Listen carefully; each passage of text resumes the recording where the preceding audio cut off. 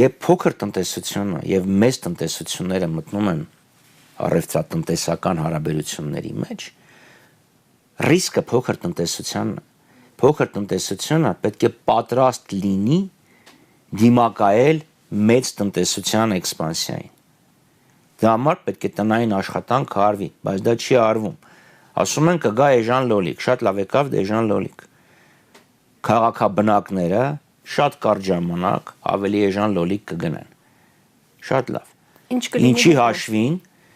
որովհետև գյուղացիները, մեր հայ գյուղացիները, որը մեր բնակչության մեծամասնությունն է, չէ՞ մեր քաղաքային բնակչությունը ճիշտ է, Հայաստանը սարսափելի ուրբանիզացված քաղաք է, բայց միևնույնն է, մեր գյուղական բնակչությունն ավելի մեծ է։ Երևան, Գյումրի, Վանաձոր, Կապան, Գորիս բոլորի բնակիչները միասին ավելի փոքր են, գոնե գրանցված բնակչությունը, քան